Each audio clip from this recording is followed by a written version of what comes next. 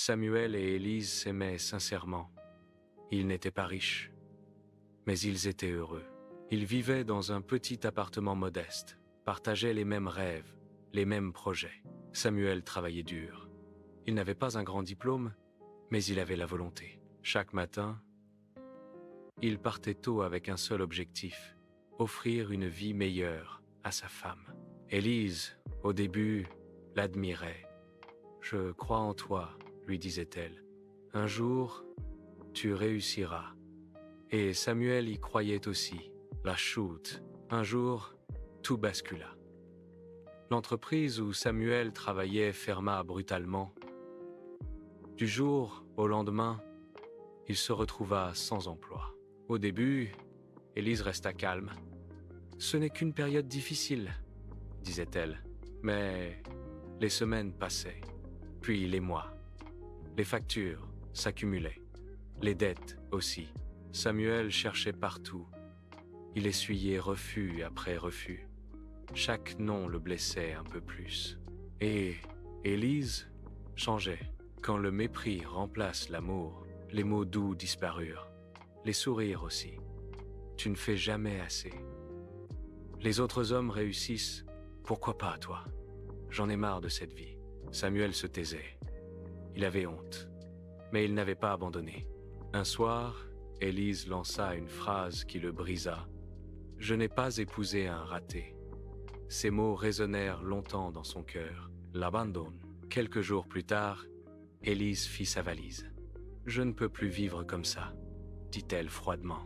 « J'ai besoin de stabilité, d'un vrai homme. » Samuel sentit son monde s'écrouler. « Donne-moi encore un peu de temps. » Mais elle avait déjà décidé.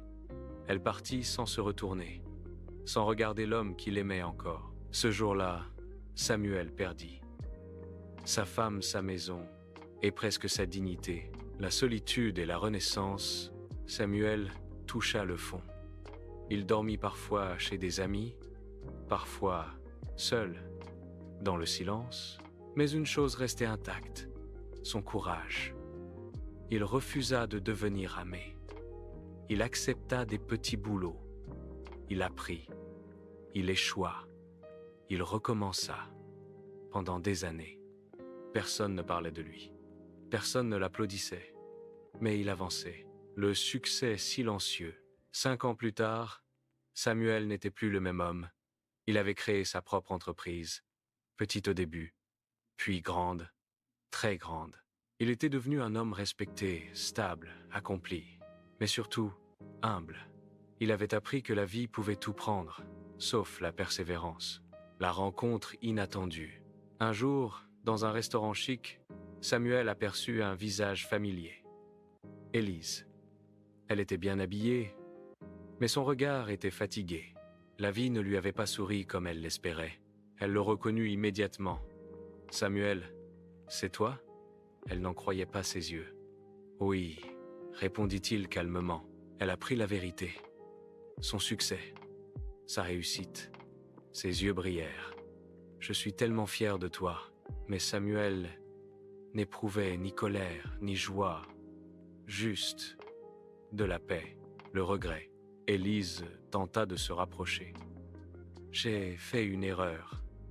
À l'époque, je ne voyais pas ton potentiel. » Samuel l'écouta sans l'interrompre. Puis il dit doucement, « Tu m'as quitté quand j'étais en construction. Aujourd'hui, quelqu'un d'autre habite la maison que j'ai bâtie. » Car oui, Samuel aimait une autre femme. Une femme qu'il avait connue sans rien, qu'il avait soutenue sans condition. La revanche. Silent ensues. Samuel ne se vengea pas. Il ne cria pas. Il ne méprisa pas Élise. Sa réussite était sa réponse. Il se leva, prêt à partir, puis ajouta « Je te souhaite le bonheur, mais pas à mes côtés. » Et il s'en alla. Élise resta là, avec un seul sentiment, le regret éternel.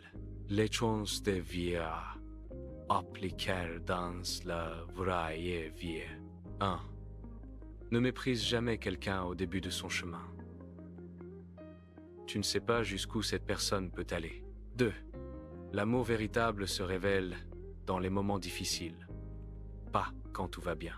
3. Le succès prend du temps. Celui qui persévère en silence gagne souvent en grand. 4. Tout le monde n'a pas le droit de revenir dans ta vie, même s'il regrette. 5. La meilleure revanche, c'est une vie réussie et paisible.